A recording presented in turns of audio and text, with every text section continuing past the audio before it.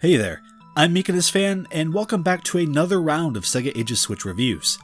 This time we have a couple oddball releases piled together, and out of all the games released so far, these are probably the ones you're most curious about. So today, as usual, I'll cover the features in these releases, give my opinions on the games proper, and let you decide if they're worth the purchase. I always cover these games a little after their Japanese release, which is usually much earlier than their English releases, so if you'd like to keep up on future SEGA AGES games and like the way I do it, feel free to subscribe. To that end, let's start with Columns 2.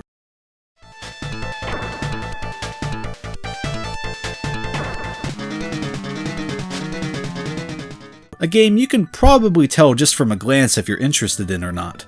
Columns 2, A Voyage Through Time, was originally released in 1990 for the Sega System C as an arcade release. Naturally, it was a sequel to Columns, which is a well-known Sega Genesis title and a pack-in for the Sega Game Gear handheld. A Voyage Through Time is a pretty standard match-3 puzzle game. Simply line up 3 or more colored blocks in a vertical or diagonal pattern and they'll vanish from the board, bringing any blocks above them down to potentially chain combos for extra points and screen clearance. If you haven't played Columns, you've probably played a game like Columns and already know if you're down for some retro portable puzzle action on your Switch. I'll say it up front here, I've never cared for Columns because I'm just bad at this game. I'm sure experts watching my footage could point out a million ways I could improve, and while those are all valid, I just don't get much enjoyment from this, so keep that perspective in mind.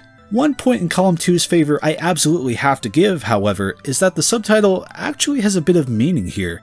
It's literally a voyage through time, as the game's aesthetic changes now and then to be futuristic, prehistoric, and otherwise, which helps keep things fresh and interesting. I do like that. While I may not care for the game proper, as a SEGA AGES release, Columns 2 actually brings quite a lot to the table. Immediately, one awesome inclusion is that the Genesis version of the original Columns comes bundled in, so you're actually getting 2 games for the price of 1 here. I'm a bit surprised they didn't call this Columns Collection or something, as that seems like a pretty good selling point for fans of these titles. That alone helps justify a purchase of this release, I feel, but there are a few more neat inclusions. The biggest of which is probably online play for Columns 2. I was unable to ever find a match, but by M2's own words, they've built better net play for this release than in the past, so hopefully that holds true. There's also a stage select option so you can jump to any stage you'd like, and a skull smash mode. See, in the main game, once in a while a skull pops into the stage, and if you clear it out alongside normal blocks, it actually adds a line of blocks to your screen, making things more difficult. Skull Smash provides the main game of Columns 2 without that mechanic, just in case you'd like to avoid that added stressor. And finally, there's an all-new Infinite Jewels mode that basically makes the game more akin to Tetris, shifting it more to an endless play format as opposed to a stage clear format. And finally, as more of a neat little bonus, there's a gallery called the Jewel Case that unlocks character portraits with short bios as you clear stages in the game. As you can see, I'm so miserable at this game that I've barely made a dent. But my buddy Tracker, who helped me out with a SEGA AGES video on Puyo Puyo, did unlock every single one of them and seemed miserable while doing so. God rest his soul. So that hits most of the major points for this release. Again, I can't say I care much for the Columns titles as, frankly, I'm just too dumb to play these games the way they're meant to be mastered, but this release certainly brings a lot of goodies for those who are interested. It's very easy for me to recommend it to you if you enjoy these types of puzzle games at all, but if you don't, I can't see your mind being changed here. I can't knock the quality of this release though, I'm quite fond of the work put in. Your mileage may vary.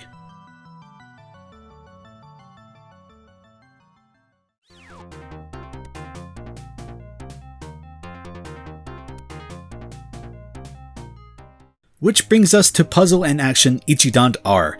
This is the exact type of release I dream of when it comes to lineups like SEGA AGES, because I can confidently tell you I had never even heard of this game beforehand.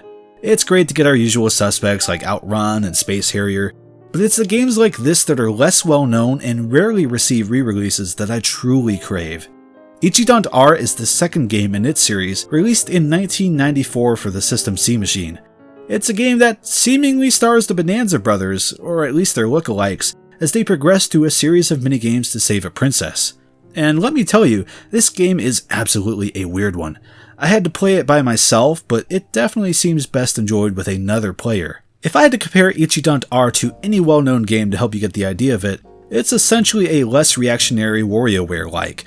Each minigame tasks you with doing something pretty basic, like instructing a conductor, using simple logic to find the building a thief went in, or guiding a train through a puzzle to collect coins. You are timed and required to do each task a few different times, which can lead to some pretty frantic gameplay even if you're just by yourself. Some of the challenges are a bit tough. I'm still trying to understand this frog one myself, but for the most part, these are pretty simple and really lend themselves well to that off-the-cuff competitive nature that makes titles like WarioWare so fun. I especially love how cheesy some of them are too. One of them tasks you with correctly pointing out which room a curvaceous lady is inhabiting. Ah yes, hello there, maiden. Might I perhaps interest you in coming back to my room to play some puzzle and action Ichidant-R? I'll be honest, at first I wasn't feeling this game much, but the more I played it, the more I started vibing with it. Ichidant-R is a great surprise, and I'm pretty happy it's in the SEGA Ages lineup, but I'm even happier with its extras. The main one is a helper mode, which gives you more time in the minigames, more tries, and makes the tasks simpler to accomplish. As usual with the Ages releases, there's also a difficulty select in the overlay menu to help things out, as well as being able to swap the game to the Japanese version from the international version. And to that end, the Japanese Mega Drive version of the game is also included. This seems like a great one to prank some friends that don't know Japanese with, and frankly, it's really cool to have to compare to the arcade version. They really did a great job back then replicating the arcade experience, as well as adding exclusive features like a 4-player mode, the ability to practice the puzzles, and even a sort of RPG mode. It's really neat stuff. Finally, my favorite added feature is a really simple, cute one. When you pause the game, a character comes up to cover the screen to help avoid cheating when you're playing with a buddy. It's probably the smallest addition in any SEGA Ages release, but it's charming enough to make me smile. Lastly, there's also online matchmaking here, but like with Columns 2, I was unable to find anyone to play with, so sadly, I cannot report on how it works. Overall, Ichidant-R was a great surprise for me once I gave it a chance. I'm excited to take this over to FTA from Find the Computer Room and spring this on him, because I'm sure some madness will unfold. Like I said earlier, this is exactly the caliber of title that I hope for when it comes to these SEGA collections, and I'm so glad I got to discover this game through it. If you have people who enjoy Mario Party style shenanigans to play with, Ichidant-R will absolutely be worth the $8 when it comes out, and I highly recommend it. Even if you don't have anyone to share the game with, I'd actually still advise getting it if you have an interest in quirky retro games. It's such an oddball game that it's worth looking at purely for historical purposes. What a great hidden gem. Anyway, that does it for this round of SEGA Ages releases. Again, if you like this video, please feel free to subscribe. Next week, I aim to talk about Choo Choo Rocket Universe on the Apple Arcade platform, and I have a few more SEGA-centric videos planned after that, so I hope you look forward to them. Otherwise, I'll see you in a couple months for whatever the next SEGA Ages games wind up being. Take care. And of course, I'd like to thank my patrons for helping to make this video possible.